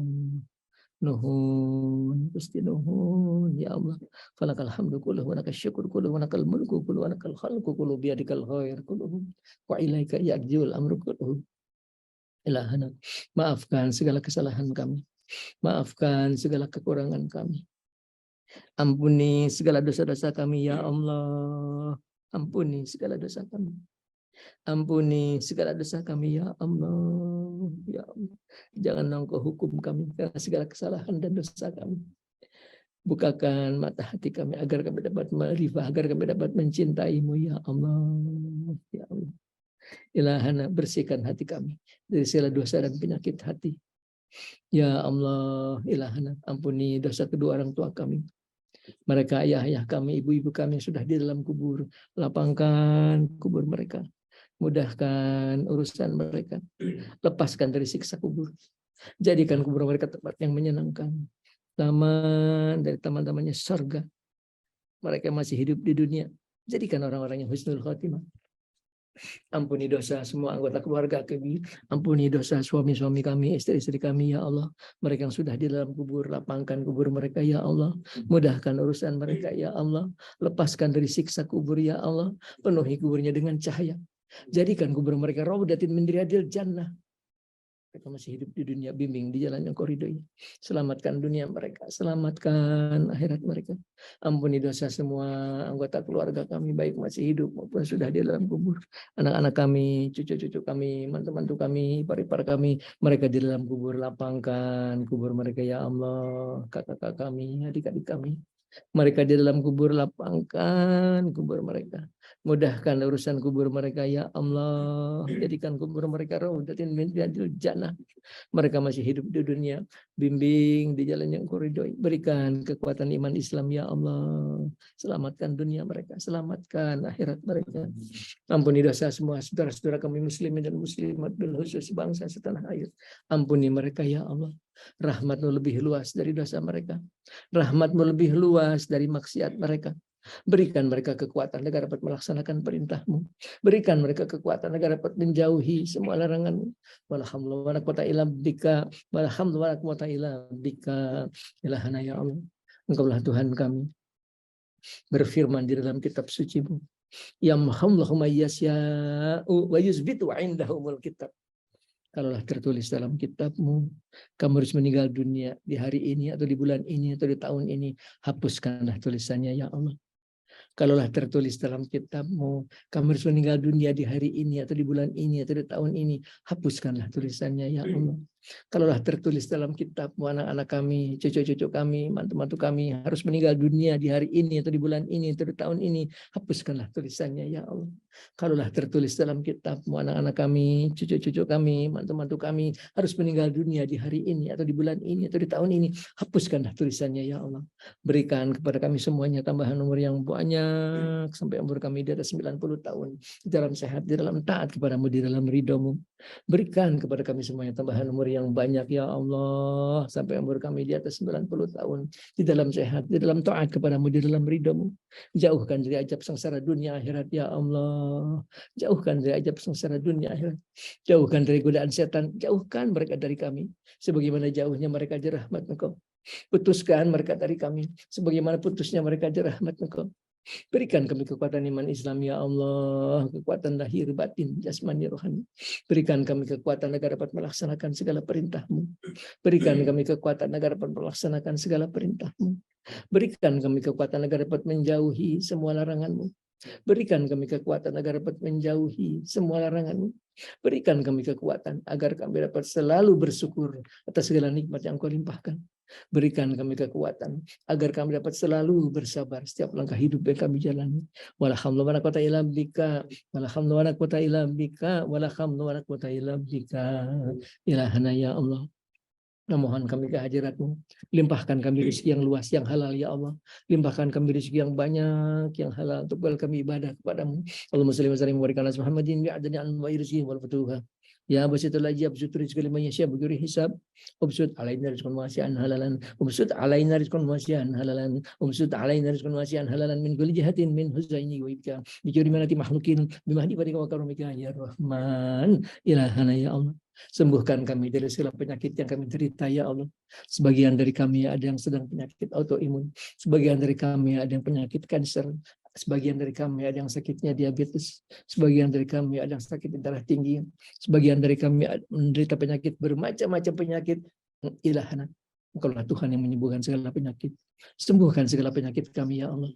Sembuhkan segala penyakit kami. Isbina anta syafi la syifa syifa anda yasakuman ya Allah. Anta syafi ya Allah, ya Allah anta syafi ya Allah, syifa anda yasakuman ya Allah. Ilahana, memohon kami kehadirat-Mu, jadikan kami dan seluruh keturunan kami, anak-anak kami, cucu-cucu kami, cicit-cicit kami, orang-orang yang saleh-saleh, orang-orang yang takwa kepadamu. Jauhkan dari ajab sengsara dunia akhirat. Jadikan dari orang-orang berbahagia dunia akhirat ya Allah. Memohon kehadirat-Mu dengan segala kekurangan kami, dengan segala kelemahan kami, dengan segala dosa dan maksiat di hati kami. Memohon kehadirat-Mu ya Allah, Tuhan kami yang Maha Suci. Tuhan kami yang Maha Kuasa, Tuhan kami yang Maha Agung, memohon dengan segala keagungan cahaya wajah-Mu, dengan segala kemuliaan, ketinggian, kekuasaan diri-Mu. Kabulkanlah permohonan kami, kabulkanlah permohonan kami. Kabulkanlah doa kami ya Allah. Bikarmati Abu Ya Fujar Ibrahim, bikarmatihi Abu Ya Iming Bun Yamin, bikarmatihi Abu Ya Syekh Abdul Qadir Jailani, bimu'jizati Abu Yahidir alaihissalam, bimu'jizati Abu Yahidir alaihissalam, bimu'jizati Abu Yahidir alaihissalam, bisyafa'ati Rasulullah sallallahu alaihi Muhammadin sallallahu alaihi wasallam, bisyafa'ati Rasulullah sallallahu alaihi Muhammadin sallallahu alaihi wasallam, bisyafa'ati Rasulullah sallallahu alaihi Muhammadin sallallahu alaihi wasallam, birahmatika ya arhamar rahimin, birahmatika ya arhamar rahimin, birahmatika ya arhamar rahimin. rahimin, birahmatika ya arhamar rahimin, birahmatika ya arhamar rahimin, birahmatika ya arhamar rahimin, birahmati ya arhamar rahimin, birahmati azizul hakim, birahmati aliyul azim, birahmatika ya qawiyul matin, birahmatika ya ghafurur rahim, birahmati salamul mu'min, birahmatika ya lam yalid wa lam yulad wa lam yakul lahu kufuwan ahad, birahmatika ya qadiyal hajat, birahmati mujib da'wat. Wassalamualaikum warahmatullahi wabarakatuh wa ala alihi wa sahbihi wasallam wa ajada hunkihi wa radu nafsihi wa jinata rasulullah kalimatih subhana rabbika rabbil izzati amma yasifun wa salamun alal mursalin walhamdulillahi rabbil alamin hadratin nabi Muhammadin sallallahu alaihi wasallam wa bihi rahim al-fatihah. Bismillahi minasyaitonir rajim. Bismillahirrahmanirrahim. Alhamdulillahi rabbil alamin arrahmanir rahim maliki yaumiddin. Iyyaka na'budu wa iyyaka nasta'in ihdinas siratal mustaqim siratal ladzina an'amta 'alaihim ghairil maghdubi 'alaihim waladdallin. Bismillahirrahmanirrahim. Alhamdulillahirabbil alamin. Arrahmanir rahim maliki yaumiddin. Iyyaka na'budu wa iyyaka nasta'in ihdinas siratal mustaqim siratal ladzina an'amta 'alaihim ghairil maghdubi 'alaihim waladdallin. Ustaz Sukri kalau nggak keburu sekarang nanti besok duluan aja. Jadi saya belakangan aja, paling saya doanya aja. Karena itu ngebahas cukup panjang, ngebahas sifat 20 dan 99 nama Allah akan panjang gitu. Tapi itu kalau nggak digituin mungkin nggak kesampaian terus gitu. Ya. Sekarang kalau masih keburu boleh sedikit, kalau nggak keburu ya. Demikianlah. Lebih kurangnya mohon maaf lahir batin. Wassalamualaikum warahmatullahi wabarakatuh. Assalamualaikum warahmatullahi wabarakatuh. Demikianlah Bapak Ibu tausiah dan zikir serta doa yang disampaikan oleh Pak Haji Muhammad Suharli. Dan untuk selanjutnya mungkin masih ada waktu sedikit yang akan disampaikan tausiah oleh Ustaz Ahmad Sukri LCM Alamin. Kepada Ustaz Sukri kami persilahkan. Bismillahirrahmanirrahim.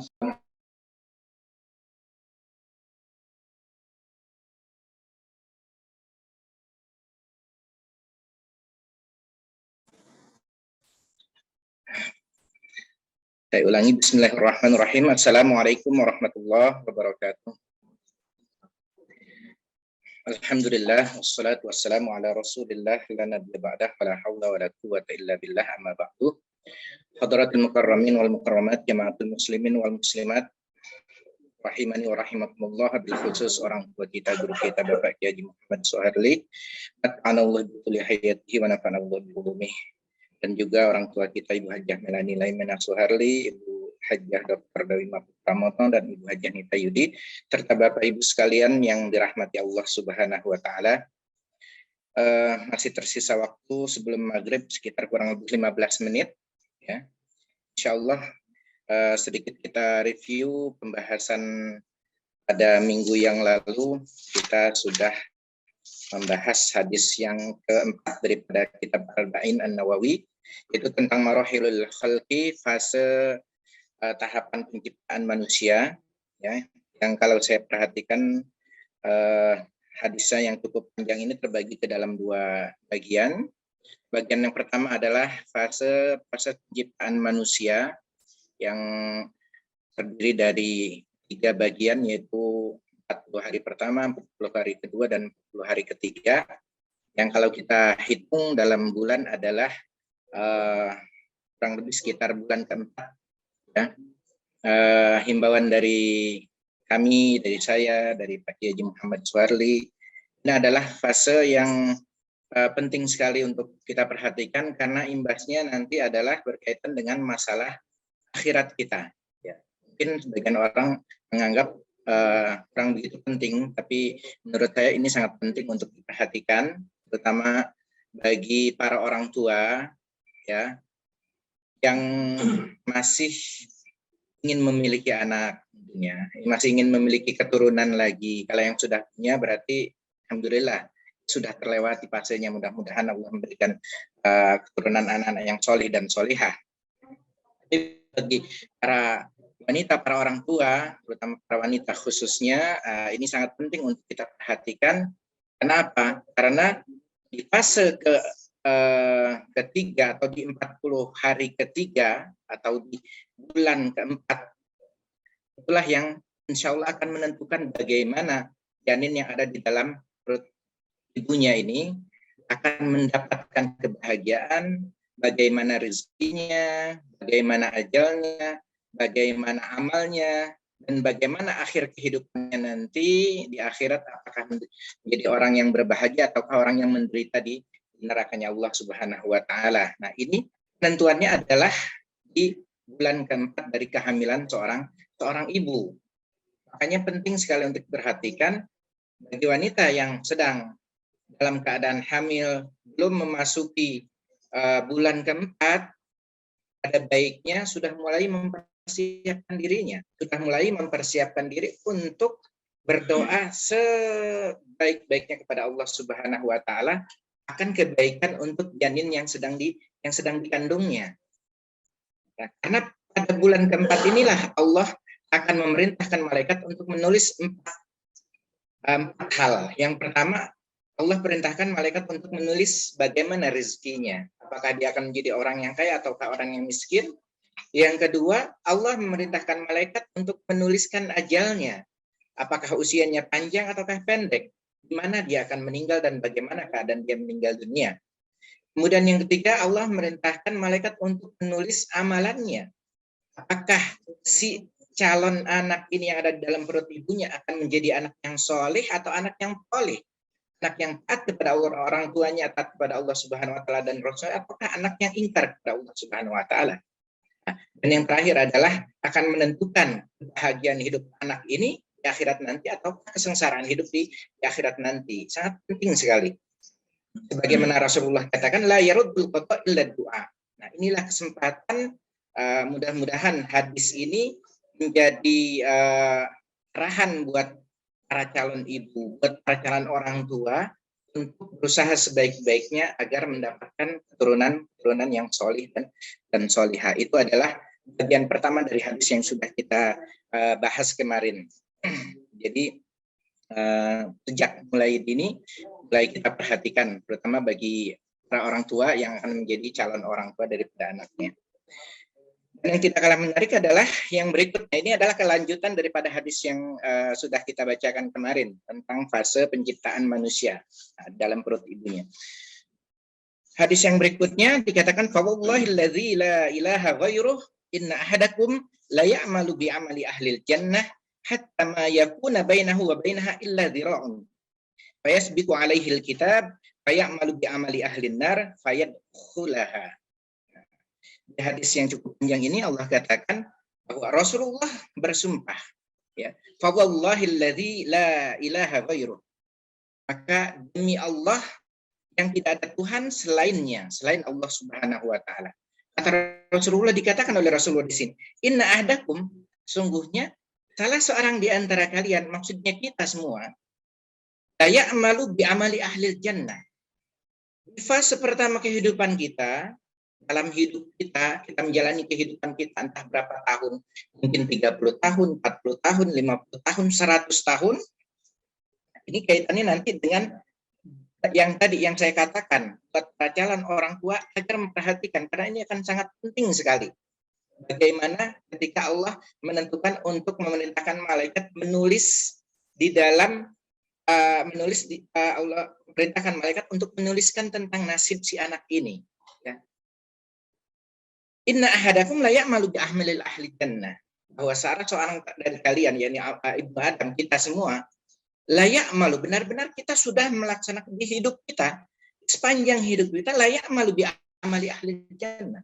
Kita sudah melakukan perbuatan ahlul jannah yang dikategorikan sebagai calon penghuni surga. Artinya perbuatan apa? Perbuatan taat dan meninggalkan perbuatan-perbuatan yang dilarang oleh Allah Subhanahu wa taala. Benar-benar di dalam hidup kita sudah kita kerjakan perbuatan-perbuatan baik ini. Hatta ma yakuna bainahu wa bainaha illa dhira. Sehingga tidak ada penyekat antara kita dengan surga illa dhira. Tidak ada penghalang lagi bagi kita untuk masuk ke dalam surga. Jarak kita itu sudah begitu dekatnya. Sudah begitu dekatnya dengan menjadi ahli surga. Sudah begitu dekatnya karena perbuatan baik kita hampir seumur hidup kita. Kemudian dikatakan oleh Rasulullah, fayasbiqu alaihil kitab. ternyata yang Allah perintahkan kepada malaikat untuk dituliskan tentang anak yang ada dalam kandungan ibunya ini yang berumur 4 bulan ini, Allah perintahkan agar dituliskan bahwa anak ini pada akhirnya akan menjadi penghuni neraka. Na'udzubillah min dzalik.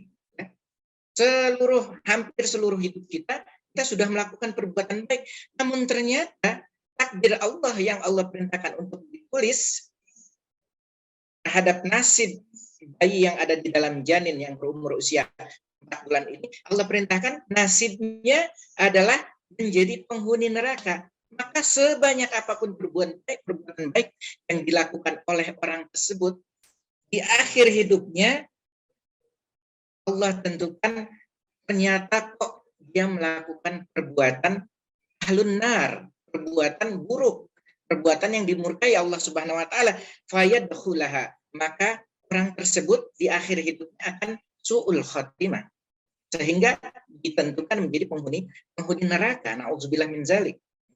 Ini saya menangkap atau menilai dilanjutkan hadis ini seperti yang dikatakan oleh guru kita selalu, agar kita melindungi diri kita dari penyakit hati, diantaranya adalah penyakit takabur. Karena kebanyakan seseorang jika dia sudah merasa bahwa sepanjang hidupnya selalu perbuatan baik yang ia lakukan, perbuatan taat yang ia lakukan, maka akan timbul takabur di dalam dirinya. Nah, hadis ini ingin mengajarkan kepada kita tidak boleh seperti itu. Kenapa? Ma'udzubillah, kalau ternyata Allah tuliskan si hamba yang solih seumur hidupnya ini, ternyata Allah tuliskan dia termasuk kategori orang yang ahlun nar, na'udzubillah, maka di akhir hidupnya akan melakukan perbuatan ahlun nar. Ya, dan itu banyak contohnya, nanti akan kita kemukakan contohnya jika waktunya mencukupi. Al-murad mutlaqun min taghayyuri halihi qabla mautihi wa huwa qismani. Ini ada dua bagian. Nah, keadaan si hamba yang awalannya itu adalah orang yang selalu melakukan perbuatan baik, tapi di akhir hidupnya kemudian su'ul khatimah atau melakukan perbuatan buruk. Yang pertama, taghayyuru haluhu bil kufri. Ada yang Allah takdirkan, tentukan akhir hidupnya adalah menjadi orang kafir, walaupun dia terlahir sebagai seorang muslim. Ya. Selalu perbuatan baik yang ia lakukan, tapi Allah ingin menentukan dengan kekuasaan Allah ya qadir, Allah maha kuasa atas diri kita, atas diri hamba-hambanya. Allah maha kuasa untuk menentukan. Taghayyuru haluhu bil kufri. Si hamba yang soleh ini ternyata penentuan Allah adalah di akhir hidupnya menjadi orang kufur, orang yang kafir. Maka wahada yahattamu dukhulun nar wa yakhludu fiha. Maka dia akan masuk ke dalam neraka untuk selama-lamanya, karena taghayyuru halihi, penentuan Allah adalah orang ini menjadi ahlul kufri, ahlun nar. Dan bagian yang kedua, keadaan yang kedua adalah taghayyuru halihi bimafsakin. Artinya tidak sampai kepada perbuatan orang kafir atau menjadi orang kafir. Tapi ketentuan Allah adalah di akhir hidupnya dia melakukan perbuatan maksiat di akhir hidupnya. Maka an irtakaba kabirah wa ma taubatin. Seperti walaupun sepanjang hidupnya melakukan perbuatan baik, ketika Allah tentukan bahwa orang ini akan memasuki neraka, walaupun bukan kekal di dalamnya sebagai ahli neraka.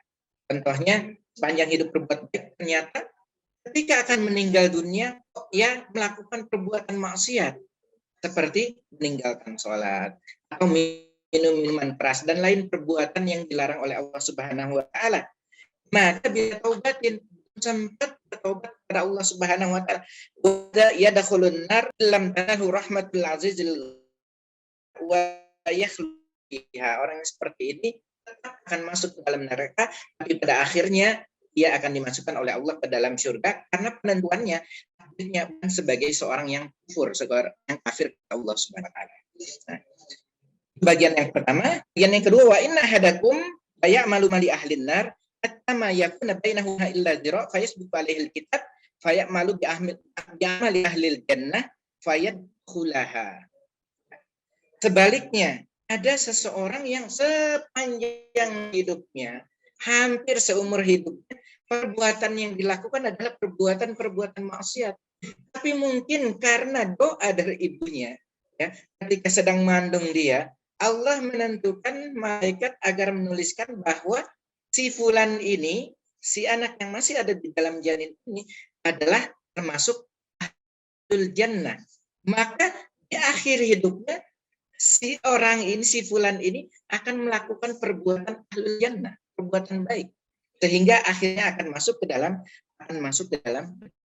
surga. Nah, hadis ini, kalau menurut saya hadis ini mengajarkan kepada kita agar kita menjadi orang yang rendah hati.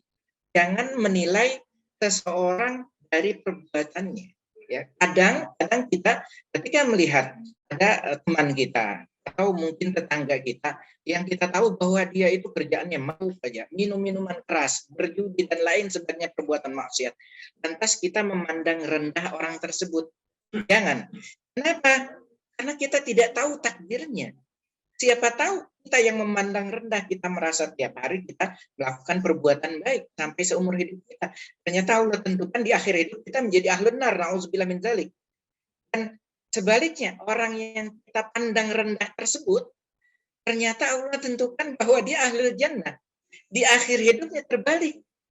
Sebelum meninggal dunia, Allah takdirkan dia mendapatkan hidayah dari Allah Subhanahu wa taala, kemudian bertaubat dan melakukan perbuatan baik di akhir hidupnya, mati dalam keadaan husnul khatimah, maka ia akan masuk ke dalam surga, ya. Jadi bagian yang hadis yang pertama di atas tadi mengajarkan kepada kita agar jangan menjadi orang yang takabur, dan bagian hadis yang kedua mengajarkan kepada kita agar menjadi orang yang rendah hati, jangan suka mencela orang lain, jangan suka mencela perbuatan orang lain. Kenapa? Karena kita tidak tahu takdir kita akan seperti apa. Apakah Allah mentakdirkan kita ketika kita berada di dalam rahim ibu kita dalam usia 4 bulan? Apakah Allah menentukan kita sebagai ahlul nar atau sebagai ahlul jannah? Allah alam, nggak ada yang tahu.